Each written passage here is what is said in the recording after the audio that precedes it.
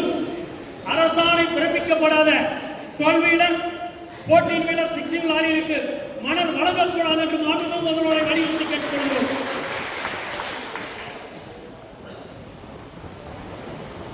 தமிழகம் முழுவதும்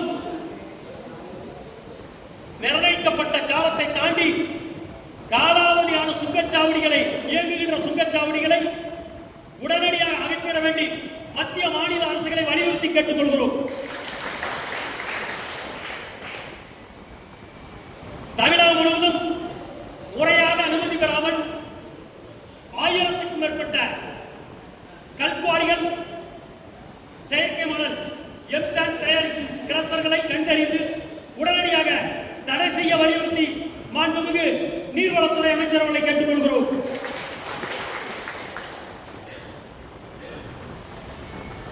மணல் குவாரியில் முறைகேடின்றி அரசு அறிவித்த விலைக்கு மணல் வழங்குவதற்காக கடந்த ஆட்சியின் போது அறிவிக்கப்பட்ட திட்ட இயக்குனர் என்ற பதவி ப்ராஜெக்ட் டைரக்டர் ஒரு நேர்மையான IAS அதிகாரி தலைமையில் இயக்கப்பட வேண்டும் என்று மாண்புமிகு முதல்வர் அவர்களை கேட்டுக்கொள்கிறோம்.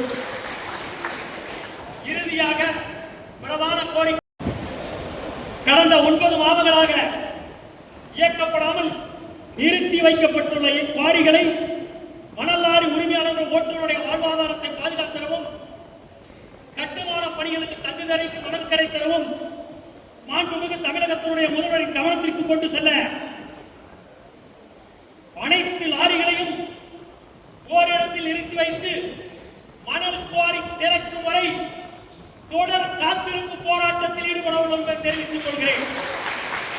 மாவட்டத்தில் எந்த இடத்தில் நடத்தப்படும் என்பதை சென்னையில் அங்கிருக்கின்ற சென்னை மண்டலத்திற்கு உட்பட்ட சங்கத்தினுடைய நிர்வாகிகள் கலந்து பேசி எந்த மாவட்டத்தில் வாகனத்தை நிறுத்தி தொடர் காத்திருப்பு போராட்டத்தில் ஈடுபடுவது என்பது அவர்களிடம் பேசி நான் முடிவு செய்து முறையாக பத்திரிகை தொலைக்காட்சியில் அறிவிக்கப்படும் என்பதை இந்த நேரத்தில் தெரிவித்துக் கொள்கிறேன். இயக்கப்பட்ட வந்த மணல் குவாரிகளில் அனுமதிக்கப்பட்ட அளவுக்கு மேல் மணல் அள்ளியதாக அமலாக்கத்துறை ஈடி குவாரிகளை ஆய்வு செய்து கடந்த 12/9/2023 அன்று வழக்கு பதிவு செய்தார்கள். அன்றைய தேதியிலிருந்து தமிழகம் முழுவதும் இயக்கப்பட்டு வந்த அனைத்து அரசு மணல் குவாரிகளும் இயக்கப்படாமல் நிறுத்தி வைக்கப்பட்டுள்ளதால் இந்த தொழிலில் முழு நேரம் ஈடுபட்டுள்ளன.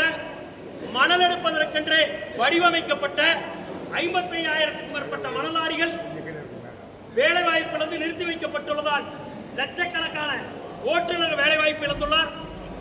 கட்டுமான பணிகள் முழுவதும் தங்கு தடையின்றி நடைபெறாமல் நிறுத்தி வைக்கப்பட்டுள்ளது.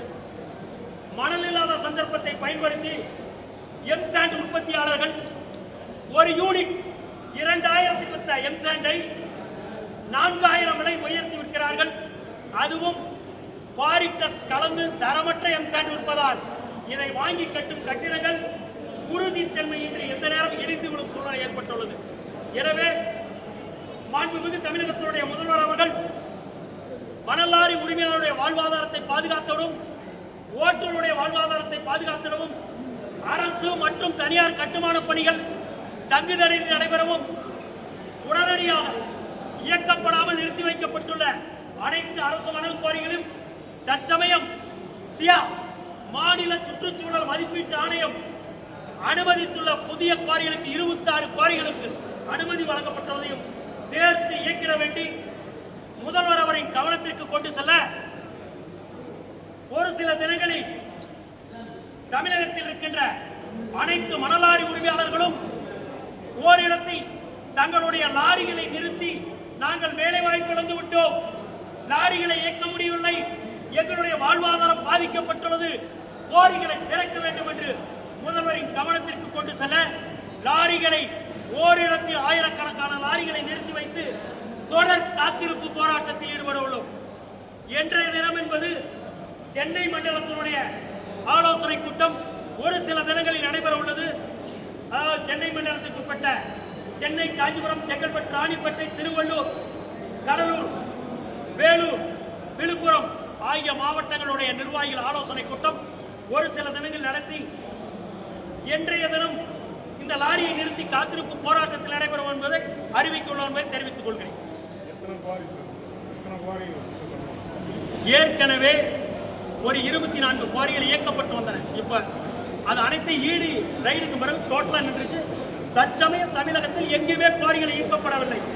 இப்ப மேலும் புதிதாக 26 குவாரிகள் இயக்கலாம் என்று மாநில சுற்றுச்சூழல் மதிப்பீட்டு ஆணையம் அனுமதித்துள்ளது. அந்த குவாரி இதில் என்ன பிரச்சனைனா, அமலாக்கத்துறை வழக்கு தொடர்ந்தால் மாவட்ட ஆட்சித்தலைவர்கள் 5 பேர் மீது வழக்குள்ளது. அவர்கள் தினசரி அமலாக்கத்துறை அலுவலகத்துக்கு சென்று பல மணி நேரம் காத்திருக்கிறார்கள். பொதுப்பணித்துறை அதிகாரிகள் வழக்குள்ளதால் அதிகாரிகள் இந்த குவாரியை திறக்க ஆர்வம் காட்டவில்லை. எனவே இந்த தொழிலை பாதுகாக்க வேண்டும் என்று சொன்னால் மாண்புமிகு தமிழகத்துடைய முதல்வர் அவர்கள் போர்க்கால அடிப்படையில் காலதாமதமின்றி உடனடியாக எங்களுடைய உணர்வை தெரிந்து குவாரிகளை இயக்க வேண்டி கேட்டுக்கொள்கிறோம். நன்றி, வணக்கம். செல்லராஜாமணி, தலைவர், தமிழ்நாடு மணலாரி உரிமையாளர் சம்மேளனம். டிரான்ஸ்போர்ட் ஒப்பந்தம் எக்காரணத்தை கொண்டும் தனியாருக்கு கொடுக்கப்படக்கூடாது. பொதுப்பணித்துறையை நேரடியாக குவாரி இயக்க வேண்டும். அரசு அறிவித்த ஒரு யூனிட் 1000க்கு மணல் வழங்க வேண்டும். ஆந்திராவில் பாருங்க, சந்திரபாபு நாயுடு வந்து புதுசா நிறைய குவாரி திறந்துட்டார். ஈடி வழக்கு தான் பண்ணி செய்திருக்கு. குவாரியை இயக்க வேண்டாம் எங்கேயுமே தடை விதிக்கல. அதை கவனத்தில் அரசு கொள்ள வேண்டும். பத்திரிகை தொலைக்காட்சி நண்பர் கொண்டு சொல்றோம், சில பேர் வந்து ஆத்துல மணல் எடுத்துட்டா இயற்கை வளங்கள் பாதிக்குது, சுற்றுச்சூழல் பாதிக்குதுங்கிறாங்க. எந்த இடத்துல அனுமதிக்கப்பட்ட 1 மீட்டர் அளவுக்கு மணல் எடுத்தா மீண்டும் மழை காலங்களில் மணல் வந்து தேங்கிவிடும். எந்த ஆருக்கும் பாதிப்பு இருக்காது. ஆனா இப்ப சொல்றாங்கல்ல, எம்சாண்ட் என்ன, மரத்தை வெட்டி காட்டு அழிச்சு மலையை உடைச்சு 300 அடி ஆழம் அதிக சக்தி வாய்ந்த வெடிகளை வைத்து வெடிக்கிறார்கள். நில அதிர்வு ஏற்படும், பூகம்பம் வரும். உடைக்கப்பட்ட மலையை உருவாக்க முடியுமா? மாண்பு முதல்வருக்கு தெரியாதா? எனவே கட்டுமானத்திற்கு மணலோட பார்க்கிறப்ப எம்சாண்ட் தரமில்லை. அது மிகவும் அழிவு சக்தி, மனித குலத்துக்கு அதிகம். எனவே மணல் தான் சிறந்தது. மணல் குவாரி திறக்க தான் கேட்கும். 9வது மாசத்துக்கு ஒரு 2 மாசம் படிப்படியாக குவாரி குறைச்சாங்க. 11வது மாசத்துக்கு க்ளோஸ் பண்ணாங்க. இப்போ 7 மாதம் டோட்டலாக நிறுத்தப்பட்டது. இப்போ மணல் குவாரி இயங்காதனால ஆளுங்கட்சியினர், ஆதிக்க சக்திகள் எல்லாமே ஆற்றுல இருந்து முறைகேடாக தினசரி மணல் எடுத்துட்டு போறாங்க. வருவாய்த்துறை, கனிமவளத்துறை, போக்குவரத்துறை, காவல்துறைக்கு மாமூல் கொடுத்துக்கிட்டு மணல் எடுத்துட்டு போயிட்டான். இதனால் அரசுக்கு தினசரி கோடிக்கணக்கான ரூபாய் வருவாய் இழப்பு. மணல் குவாரியை திறந்தீங்கன்னா அரசுக்கு வருவாய் வரும். அதனாலதான் சொல்றோம், அரசுக்கு வருவாய் இழப்பு ஏற்படுவதை தடுக்கலாம். இதற்கு நேர்மையான ஒரு அதிகாரி, ப்ராஜெக்ட் டைரக்டர், ஒரு நேர்மையான ஒரு IAS அதிகாரி தலைமையில் நியமிக்கணும் கேட்டுக்கிறோம். நன்றி, வணக்கம்.